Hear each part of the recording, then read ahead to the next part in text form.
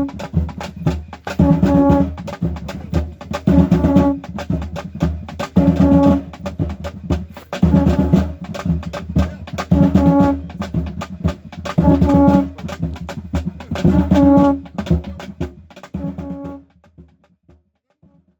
présente Flavio Delis, jeune artiste plasticien.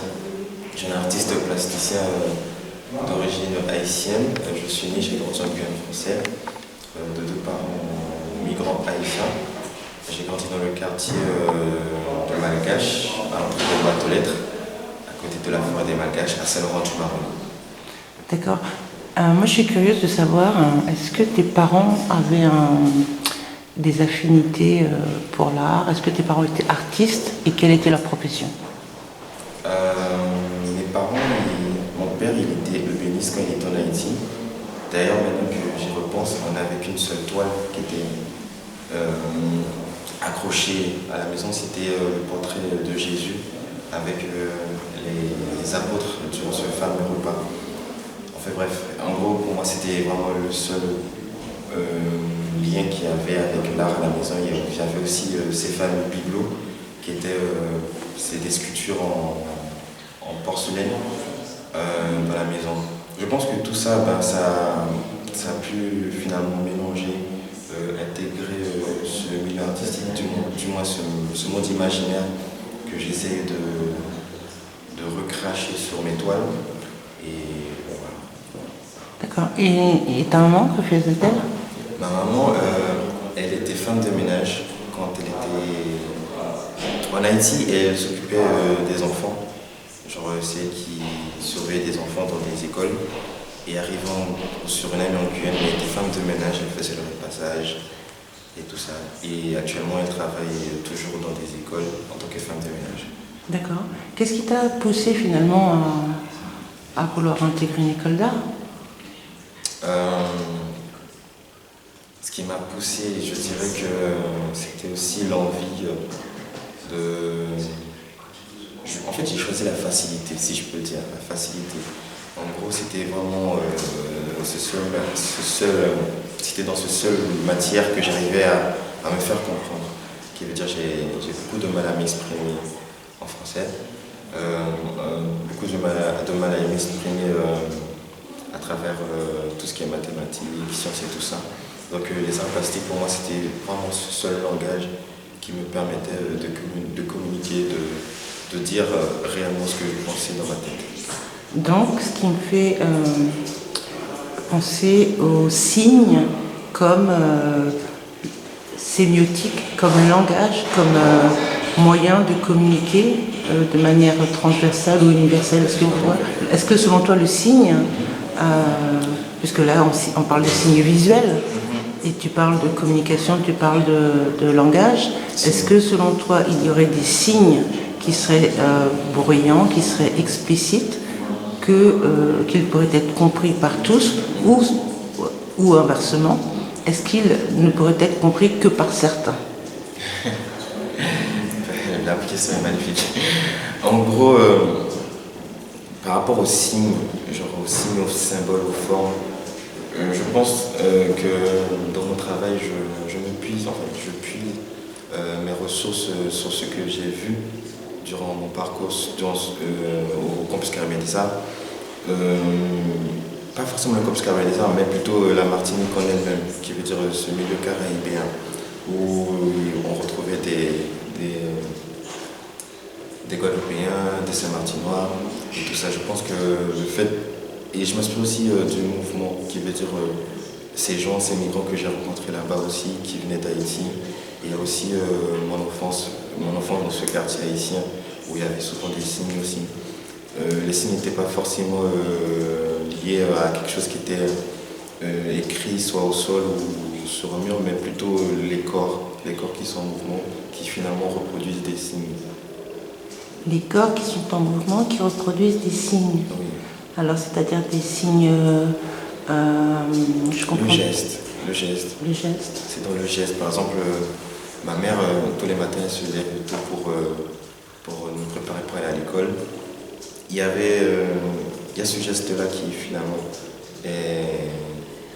et dans mon travail. Les actions que tu reproduis de manière visuelle? Les actions que je reproduis de manière visuelle et aussi le début de mon travail avec ces dessins qui était finalement ce premier jet de mon père qui dessinait des petits croquis quand j'étais petit. D'accord. Et donc pour toi, le signe, c'est un signe qui se rapporte à ton histoire propre. Oui. Et donc, comment dirais-je, il serait cathartique, il serait une manière pour toi de parler de ton expérience, de ton vécu, de ton histoire. Oui, de mon histoire, mais pas que. Je voudrais aussi parler de tous ces témoignages, de tous ces Haïtiens qui traversent les vents, les tempêtes, les déserts de forêt, si je peux le dire, pour pouvoir trouver un autre paradis. Oui, il y a ce geste-là, en fait, ce mouvement, le fait de partir avec peu de moyens et finalement bâtir, construire, continuer à bâtir sa maison durant son parcours. D'accord. Et donc ça fait un petit peu le lien avec la thématique de la Biennale. Est-ce que tu trouves que ton travail, en quoi il serait pertinent justement, ou est-ce que tu as vu une résonance dans l'espace muséal, dans la Biennale, dans les pavillons? Est-ce que tu as vu une résonance avec ce que tu essaies de dire dans ton travail à toi? Si. Le thème de la Biennale m'a parlé.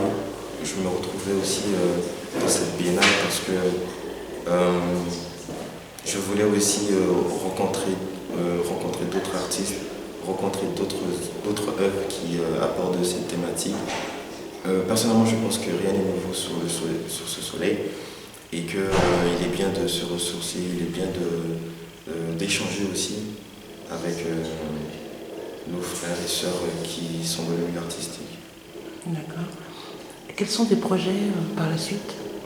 Mes projets par la suite, de continuer à marcher, de continuer à faire ce voyage, qu'il soit imaginaire, physique, spirituel, pour mon travail artistique, continuer à cracher, continuer à vomir sur l'étoile pour pouvoir m'exprimer à travers mon art et aussi représenter ce peuple haïtien qui la plupart du temps est très discriminé, très mal vu et jugé.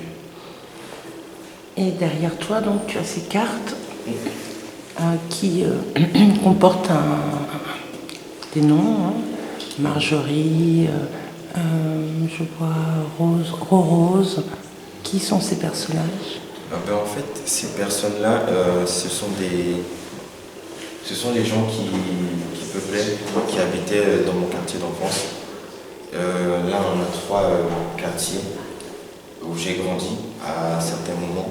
Sable Blanc, Malgache, Sabla. Et c'est tout simplement des noms. Je voulais réaliser un arbre avec ces noms parce que le fait de tout simplement représenter ces cartes postales, ces cartes d'identité finalement de ces personnages qui viennent de ce monde imaginaire, je voulais montrer aussi que ce monde imaginaire a pris naissance grâce à ces noms-là, grâce à ces gens qui m'ont raconté des histoires, grâce à ces gens qui bougeaient, qui faisaient des va-et-vient entre le quartier. Et finalement, la plupart de ces gens sont partis. On peut les retrouver soit en France, soit en Chili, en Belgique. Et l'idée aussi, c'était de montrer qu'ils sont connectés par rapport à cet espace, par rapport au fait d'être haïtien. Mais en même temps, Haïti, c'est un peuple en diaspora qui peuple cette terre. Et malgré le fait d'être dispersée, elle est unie sur cette même bannière. C'est marrant parce que tu as employé le terme d'abord carte d'identité et après carte postale. Donc... Oui. Carte postale parce que ici je les représente comme des boîtes aux lettres. Des boîtes aux lettres parce que c'était le nom qu'on avait donné au quartier haïtien pour les identifier dans la ville. On disait tout simplement à l'entrée des boîtes aux lettres pour se repérer. Et carte d'identité parce que la plupart de ces migrants, ce sont des sans-papiers, mais ils ont quand même le courage d'avoir une boîte aux lettres pour pouvoir vivre, pour pouvoir être reconnu. Et rester connecté aussi peut-être? Rester aussi connecté, à la ville, rester connecté à ses racines, mais en même temps essayer de s'adapter, de s'ancrer dans cette terre qui n'est pas forcément la leur. D'accord. Je te remercie beaucoup.